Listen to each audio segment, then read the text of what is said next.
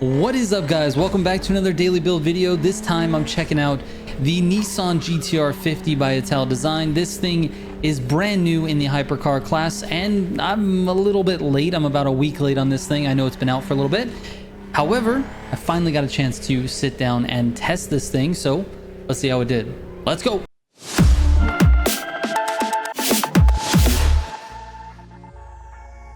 All right, real quick before we get into it, if you're looking for any of my tunes, head over to militiagamingco.com, click on the Motorfest Pro Settings link at the top or in the main navigation if you're on mobile, and that'll take you to the Tunes app. It's got all of my tunes in it. It also has tunes from the community, so check that out when you get a chance if you're looking for a specific car. All right, let's get into the Nissan GT-R50. This thing is kind of interesting to me. It has insane acceleration off the line. It gutters very, very well, and it has very good low-end acceleration. But the problem I see with it is its top end. Now, it's not that it doesn't have a high speed, it's just that it lags in like 5th, 6th gear. So I'm not really sure how that's going to affect it in the grand races. We'll see how that goes. Usually when you're in those gears, either you're out in front and you're by yourself, or you're sort of in a pack and you're slipstreaming, and that might not be as much of a factor because you can use NOS, you can use slipstream to sort of stay with people. I don't know that it'll be a problem. It definitely tops out in the high 290s. So it doesn't have like the best top speed, like say the M500 has a crazy top speed above 300 miles per hour. It doesn't have that. However, it accelerates so well on the low end that I think this car is actually going to be viable in a wide variety of circumstances. It also doesn't understeer as much as I thought it would. Being that it's an all-wheel drive car, I thought for sure it was going to understeer a lot. Like a lot of the Bugattis understeer because they're all-wheel drive. They just don't have the oversteer capabilities of a rear-wheel drive car. This one actually feels really, really good, really solid on my test courses. And speaking of those, these are the times that I was able to run a 120.056 on achieving immortality. And to be honest with you, if I spent a lot more time with it, I think I can get that under 120. But for right now, with the amount of testing that I do on basically all of the cars, just giving it a fair shot, I ran a lot of low 120s, and this was the best time that I got. So with that being said, I took it on Legendary versus Rivalry, which tests the car's ability to gutter, and it tests the car's ability to accelerate. And because we know this thing has great acceleration, I was expecting a great time, and I was right. It ran a 2:18.062. I believe that is the second fastest time on that course, second only to the Bugatti 110 And if you didn't watch that video, I put out a video on the Bugatti 110. It runs really, really good times on that particular course. It's just, I think it's just built for that one. Anyways, a 2:18.062 on that one. So any course where gutters are a factor, I think this car is going to be one of the meta cars for those courses. If it's got long straight highway sections, I'm not really sure it's going to be the best option, but we'll have to see. I'm going to take it out for a grand race and let's see how we do. I'll give you my tune right now, then we'll go for the grand race. All right, starting with the brake balance. Oh, by the way, I didn't touch the power distribution. You can change this and move it more towards the front, and it'll give you a slightly better acceleration. Like if I move this, you see how it starts dropping dramatically. 2.3, 2.22, 2.21, 2.13, 2.03, 2 flat, 197. You can get this under 2. However, if you move this to the front, you're going to introduce a lot more understeer. I left it because the car accelerates so well already that I really didn't want to mess with it. You could if you wanted to, but you're going to introduce a little bit of understeer, so beware of that. Anyways, the brake balance is at 70%. When we move down into the aero, we're at -2 aero load rear. And the springs, we're at +7 in the front, +4 in the rear. For the compression, we're at -3 on both. For the rebound, we're at -6 on both. And then anti-roll bars are both at +10, and the camber is at -0.25 on both. All right, that gives us a lateral G of 150, 17.5 braking distance, and like I said, the acceleration at 2.53. You can actually get that under 2 if you want. And then a top speed, obviously 280 is the same for all the hypercars. All right, let's get into a grand race. All right, here we go. We're in the RS2 Avant, and then the F40, and then of course the Nissan. Let's see how we do, man. Let's see how we do. I haven't driven the RS2 Avant in a long time. It's been so long. I want to see how I can do with this again. Starts out very well. I'm early shifting for some reason.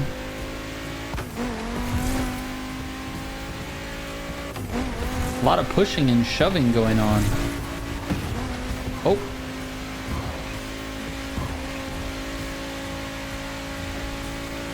Oh, a lot of understeer happening.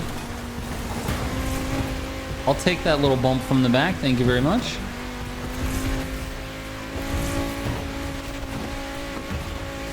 All right, we're here.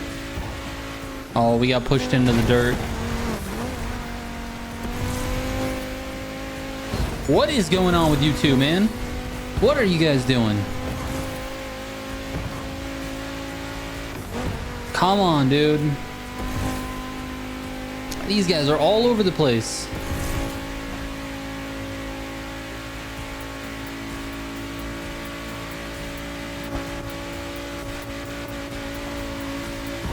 Couple of foci here in the front.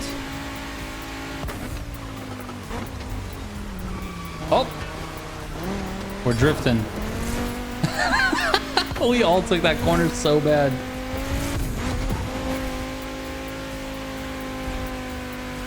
So bad. All right, they got slipstream. They're right here. Oh, one fell off.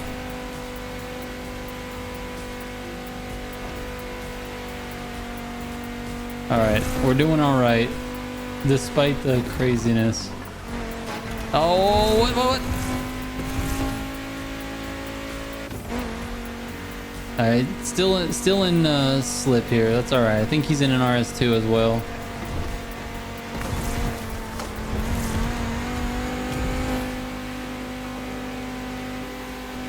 Still in slip. Let's get ready for this corner.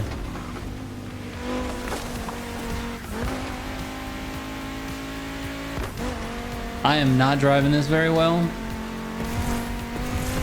but apparently neither is he. All right, we are off the front now.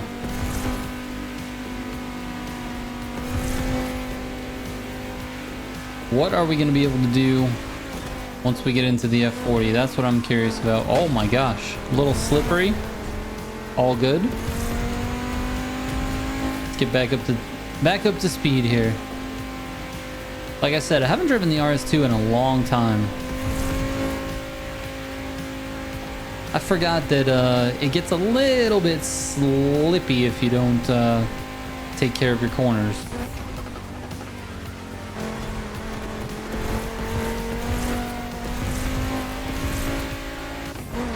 All right, into Street 2 we go.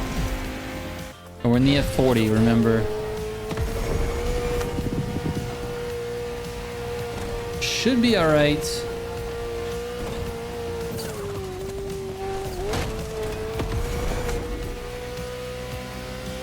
This course isn't going to be super highway heavy.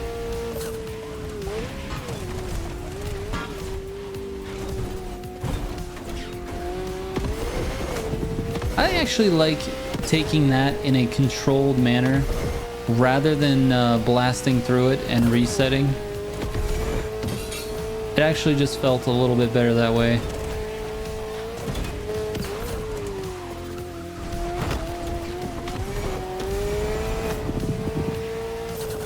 All right, we are off and running with the F40. We've got ourselves a nice little gap.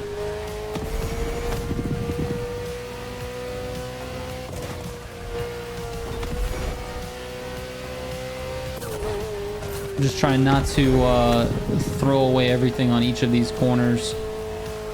Feeling pretty good about this. I can't wait to get into the GT-R, dude. I just really can't wait. I want to see... First of all, I don't even know what course we're going to be on. And so I just can't wait to see exactly how this thing handles it. I mean, obviously, I've got myself a nice gap, dude. That's one thing I wish they would add to this, is if you're in first, I wish they would add like a little I don't know what it's called, but like a little on-screen UI thing that tells you how far away second place is. That would be super. Oh, a little bit of slippy slidey. You know, something to tell you how far away second place is. That'd be real nice. Maybe something next to their name. That'd be cool. All right, here we go. Hypercar coming up, dude.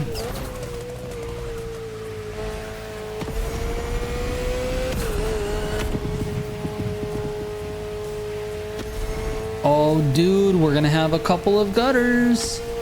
We're going straight. Let's go, dude.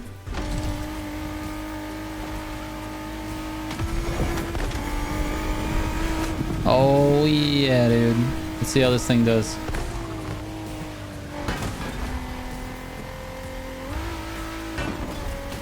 Oh, little wall tap. No worries. You guys did not see that at all.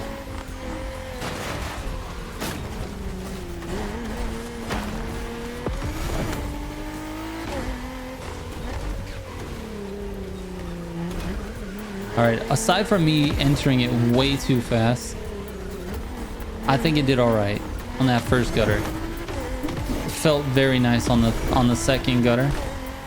The third one wasn't supposed to be a gutter, but I'm just bad at driving.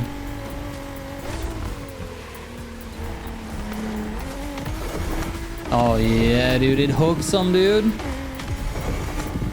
It hooks them and it accelerates so well.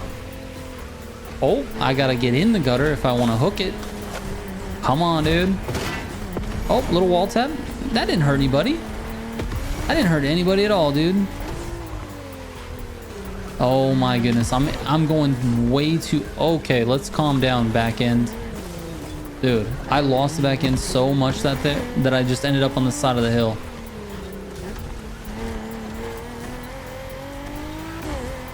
I just get so excited about the gutters that I just get like overconfident, dude. All right, so that was like a very poor display of what this car is actually capable of, but it is what it is.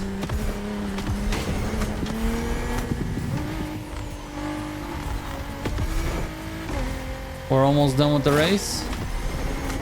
Look how terrible I'm driving, dude.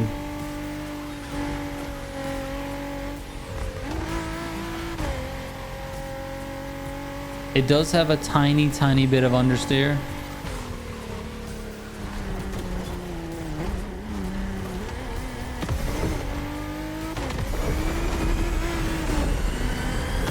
Let's see how far the gap is. I think we had a little bit of a gap. As you can tell, I'm terrible.